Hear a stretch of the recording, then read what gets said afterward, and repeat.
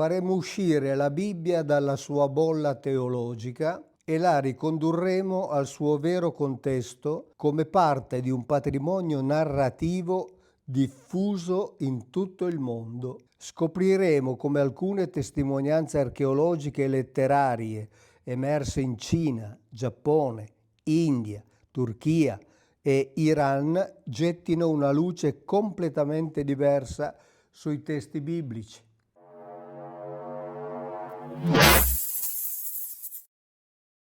Buongiorno amici, libro nuovo, tantissime novità, perché che cosa hanno in comune un agnostico e un teologo ufficiale? Un teologo che è appartenuto per più di 30 anni ad una chiesa, alla chiesa anglicana, e che per 15 anni ha insegnato teologia e ha preparato pastori alla predicazione. Quindi veramente questa è una grande novità nella mia produzione letteraria, nella mia esperienza di studio della Bibbia. Qui in questo libro facciamo inizialmente già subito una dichiarazione.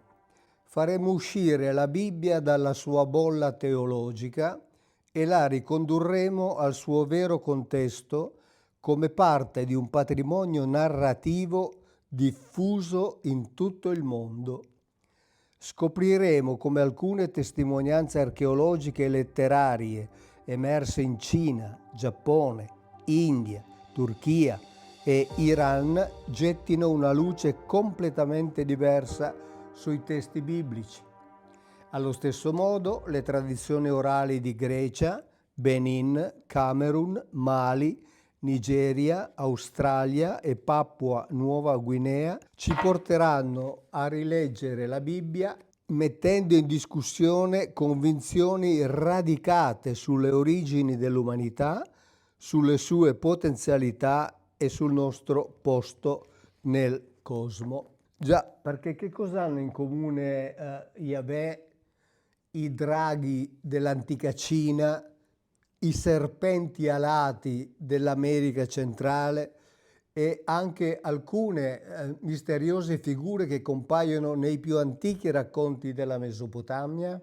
A prima vista la risposta sarebbe ben poco. Appartengono a popoli antichissimi, separati da migliaia di chilometri e in alcuni casi anche da migliaia di anni. Eppure quando si cominciano ad accostare queste tradizioni emergono somiglianze che sono difficili, direi impossibili da ignorare. Sono esseri associati al cielo e al volo.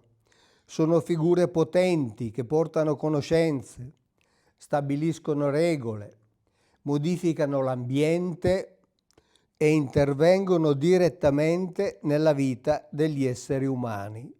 Intervengono in diverso modo perché alcuni amano gli esseri umani e quindi li proteggono, altri invece non li amano, direi che li odiano, li disprezzano, quindi li vogliono solo dominare, li puniscono o li trascinano nei propri conflitti. Ecco, tutte queste ovviamente potrebbero essere teoricamente soltanto, come dire, prodotto della fantasia umana. In realtà, ipoteticamente, questi racconti potrebbero conservare in forme diverse, profondamente trasformate ovviamente da un continente all'altro, il ricordo di qualcosa che le popolazioni antiche ritenevano assolutamente reale. È da questa domanda quindi che nasce il titolo I draghi dell'Eden, il libro che ho scritto insieme a Paul Wallis e che oggi vi presento. È un libro molto particolare perché nasce dall'incontro fra due percorsi molto diversi. Io, come sapete, lavoro da molti anni sul testo ebraico della Bibbia e cerco di raccontare ciò che vi si trova concretamente e letteralmente scritto,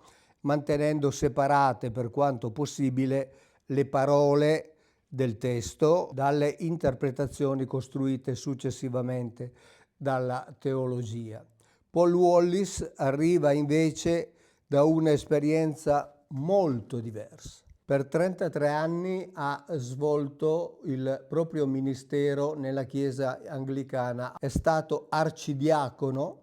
Arcidiacono è la figura immediatamente inferiore a quella del vescovo, e per 15 anni ha insegnato teologia, ha formato pastori e ministri, soprattutto nell'ermeneutica e nella storia del pensiero cristiano. Quindi due esperienze totalmente diverse. Paul quindi conosce dall'interno la lettura tradizionale della Bibbia, quella teologica, l'ha insegnata, l'ha predicata e l'ha naturalmente vissuta, perché è stato il suo lavoro. Ma proprio il confronto quotidiano con questi racconti lo ha condotto a porsi domande sempre più difficili, soprattutto difficili per un teologo, perché il personaggio chiamato Yahweh si comporta in numerosi episodi in un modo totalmente diverso da quello che ci è stato presentato come il Dio universale. Un Dio trascendente e infinitamente buono, che è quello descritto dalla teologia e che conosciamo tutti. Un Dio che, come dicevo, pone domande molto difficili. Per esempio, perché mostra gelosia, perché pretende obbedienza assoluta, perché conduce guerre, applica punizioni sia singolari che collettive e ordina lo sterminio di intere popolazioni. Paul racconta nel libro che per molto tempo la risposta a queste domande era già contenuta nella premessa. Yahweh è Dio e dunque qualunque cosa faccia deve necessariamente essere giusta.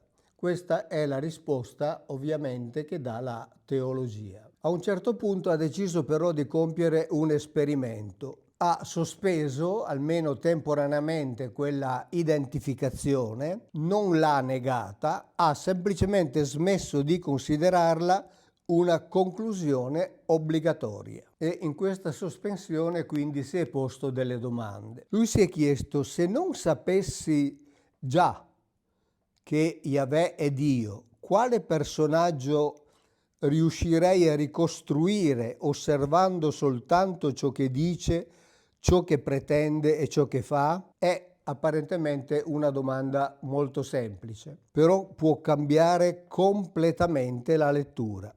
Paul ricorda per esempio la morte di Nadab e Abiu, che sono i due figli di Aronne, il sommo sacerdote, che vengono bruciati dal fuoco dopo aver presentato un'offerta che non era conforme a quella richiesta, alle istruzioni ricevute. Parlando con un pastore suo amico, e qui c'è il racconto di diversi incontri e confronti, Paul pone una domanda volutamente provocatoria. Gli chiede: se una delle tue figlie preparasse una torta e sbagliasse un ingrediente, la bruceresti viva per impartire una lezione al resto della famiglia? Perché allora consideriamo mostruoso per un padre umano ciò che siamo disposti invece a giustificare quando viene attribuito a Yahweh, cioè al cosiddetto Dio? La cosa interessante è che questa domanda non conduce Paul a rifiutare ogni forma di spiritualità, ma lo conduce a distinguere Yahweh dal concetto teologico del Dio assoluto. Una distinzione netta, e lo spinge a riprendere in mano la Bibbia senza sostituire immediatamente le sue parole con concetti più familiari. Uno dei casi decisivi è per esempio il termine ebraico Elohim, ne abbiamo parlato molte volte. Nelle traduzioni lo troviamo molto spesso reso con il singolare Dio, ma la forma Elohim può indicare, secondo il contesto, soggetti differenti e anche, soprattutto, una pluralità di individui. Paul ha quindi provato a leggere alcuni racconti lasciando semplicemente Elohim dove il testo dice Elohim. E il risultato che ne è scaturito è molto più articolato delle risposte semplicistiche che la teologia fornisce. Nella Bibbia compaiono assemblee, di questi Elohim, gerarchie tra questi Elohim e suddivisioni territoriali. Compaiono personaggi che governano popoli diversi, compaiono alleanze, rivalità, conflitti, e Yahweh parla con altri soggetti pari a lui, li combatte e ordina al proprio popolo di non servirli assolutamente. A questo punto, ovviamente, per un teologo nasce una domanda che è inevitabile: ma chi erano questi altri? Ed è proprio seguendo questi altri personaggi che Paul arriva ai draghi. Di qui il titolo I draghi dell'Eden. Sappiamo bene che quando noi occidentali sentiamo la parola drago, immediatamente pensiamo a creature fantastiche, no? Un enorme rettile alato che vola, sputa fuoco, viene affrontato dall'eroe di turno che lo uccide, eccetera. Ma drago, la parola drago, non ha lo stesso significato in tutte le culture. Nella tradizione europea, ad esempio, è spesso una creatura malvagia da sconfiggere. In molte tradizioni asiatiche, invece, è associato alla sapienza, al cielo, all'acqua, alla fertilità e al potere imperiale. Nelle Americhe antiche, per esempio, incontriamo serpenti piumati collegati alla conoscenza, all'ordine sociale e alla civiltà, quindi figure completamente diverse da quelle che abbiamo in mente noi in Europa. In Mesopotamia, ad esempio, compaiono degli esseri compositi, serpentiformi o draconici, se vogliamo chiamarli così, associati alle divinità e all'autorità regale. Le immagini quindi sono diverse e non devono essere confuse fra di loro. Paul però osserva che dietro queste differenze ritornano alcuni elementi. Vi parlo naturalmente soprattutto di Paul, perché ovviamente per quanto riguarda le mie idee, queste sono già presenti insomma negli altri miei libri e nei vari video. Dicevo che Paul osserva che dietro queste differenze ritornano alcuni concetti: il cielo, il volo, il fuoco, il dominio sull'ambiente, la trasmissione di conoscenza, la capacità e il potere di stabilire leggi e organizzare società, e soprattutto un rapporto diretto e spesso ambiguo con gli esseri umani, perché questi personaggi possono essere maestri, civilizzatori, ma anche dei colonizzatori e dei dominatori. Quindi da un lato possono offrire protezione e nello stesso tempo pretendere totale e assoluta sottomissione. Possono favorire una parte dell'umanità e combatterne un'altra. Talvolta combattono addirittura fra loro e gli stessi esseri umani diventano strumenti, alleati e necessariamente vittime di conflitti che non hanno né voluto né iniziato.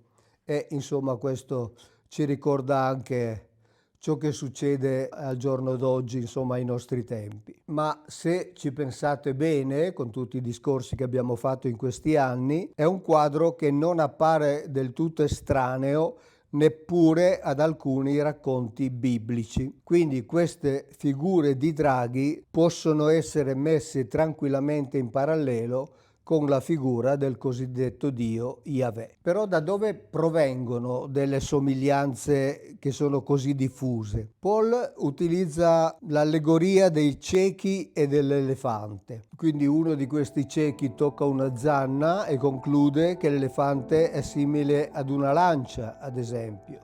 Un altro tocca una zampa e pensa che quella cosa lì sia una colonna.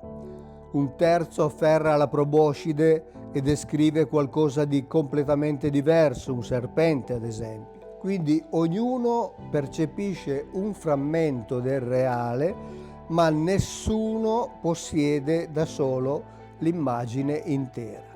Questo è un concetto fondamentale e molto saggio. Quindi che cosa accadrebbe se anche alcune tradizioni antiche funzionassero in questo modo? cosa assolutamente probabile e da tenere in considerazione. E se popoli differenti, ad esempio, avessero descritto attraverso il proprio linguaggio, la propria cultura, le proprie immagini, aspetti diversi di una medesima realtà, come quella appunto dell'elefante, è una possibilità questa che va affrontata con molta cautela, ma va tenuta in assoluta considerazione, perché le somiglianze possono dipendere ad esempio da archetipi comuni della mente umana, oppure possono derivare dalla diffusione di racconti da una civiltà all'altra. Paul non elimina queste spiegazioni ovviamente, ma ne esamina anche un'altra, e questo è l'aspetto fondamentale. Alcune tradizioni potrebbero avere conservato il ricordo, inevitabilmente deformato, ovviamente nel corso dei secoli, dell'incontro con esseri reali, non umani e tecnologicamente più avanzati. Ed è ciò di cui stiamo parlando da anni. Attenzione, questa è naturalmente una ipotesi. L'ho sempre detto, l'abbiamo sempre detto, lo diciamo anche in questo libro. Non è una prova e non viene presentata come tale, non è una verità assoluta, ma è precisamente una ipotesi che permette a Paul e a me di rileggere sotto una luce nuova numerosi racconti. Se una popolazione antica avesse visto arrivare esseri capaci di volare, di produrre luce e calore, di intervenire sull'ambiente e di utilizzare conoscenze per allora incomprensibili, con quali parole li avrebbe descritti? Avrebbe parlato di macchine, di tecnologia, di propulsione? Evidentemente no, erano termini che non conoscevano.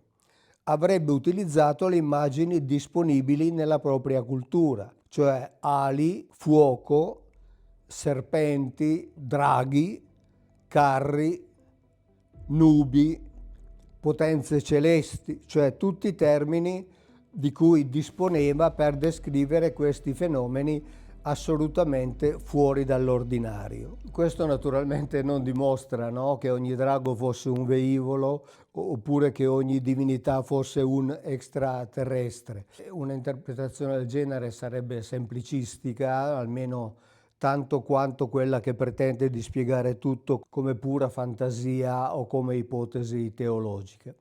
La questione interessante infatti è un'altra. Possiamo essere certi che dietro quei racconti non vi sia mai stata alcuna esperienza concreta?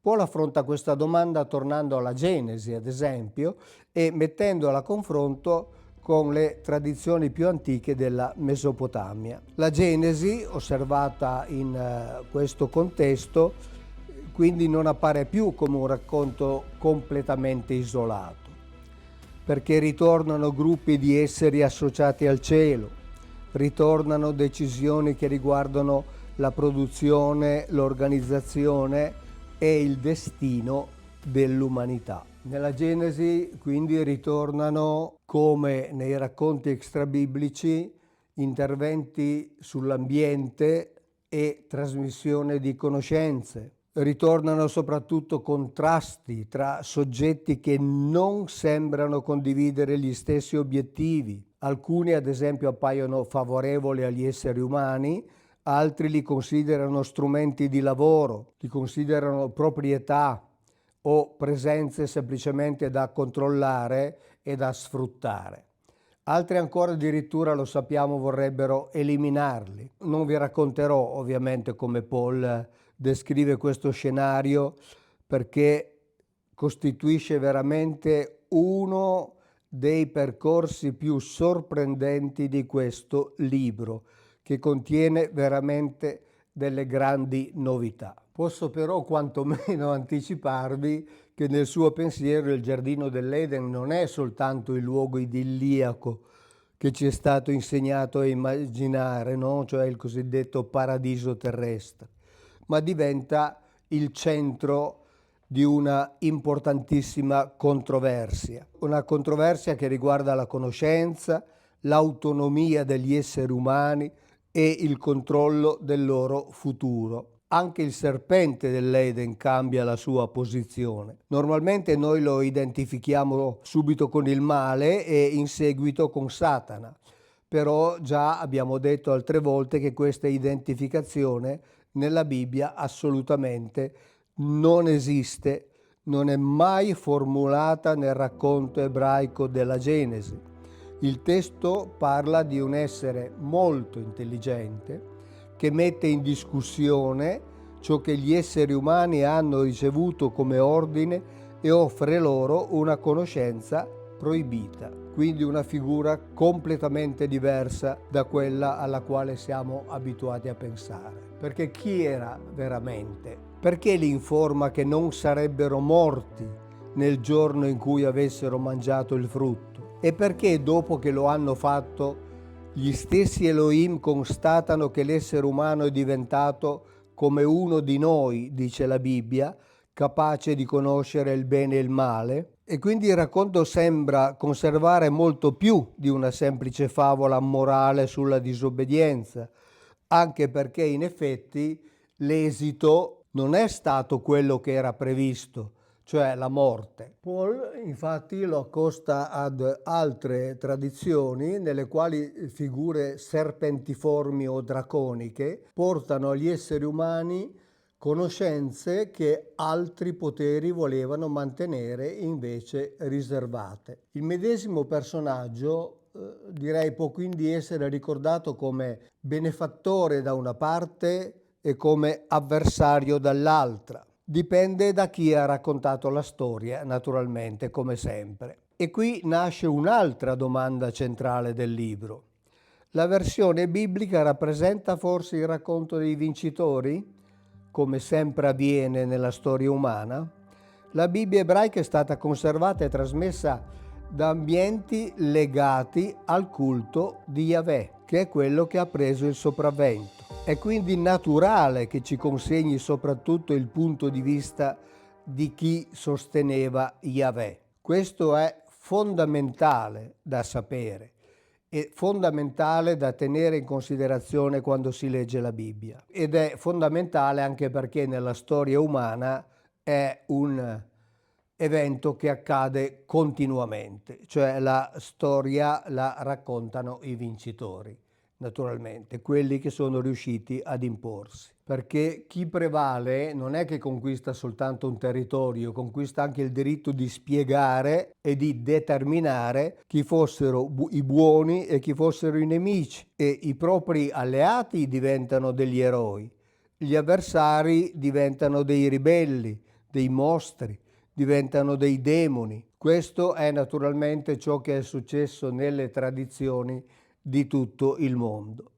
E quindi Paul prova, per quanto possibile, ad ascoltare anche le altre versioni, quelle mesopotamiche, asiatiche, americane e appartenenti anche ad altre tradizioni ancestrali. Non perché queste contengano con certezza delle verità assolute e incontestabili, anche perché nessuna fonte antica, per i motivi che abbiamo spiegato prima, non è assolutamente neutrale, cioè ciascuna fonte è sempre la fonte del vincitore, ma perché il confronto può almeno restituirci frammenti che la versione dominante ha cancellato, trasformato o capovolto. Ed è su questo terreno, questo è interessante, che il racconto di Paul incontra il mio. Paul apre il confronto su una scala vastissima, cioè mette in dialogo Bibbia, miti antichi, esperienze religiose, archeologia e ipotesi di contatto con intelligenze non umane. Io intervengo soprattutto sul testo ebraico. Verifico quali elementi siano effettivamente presenti, quali derivino da una scelta di traduzione e quali conclusioni debbano rimanere nel campo invece dell'interpretazione e dell'ipotesi.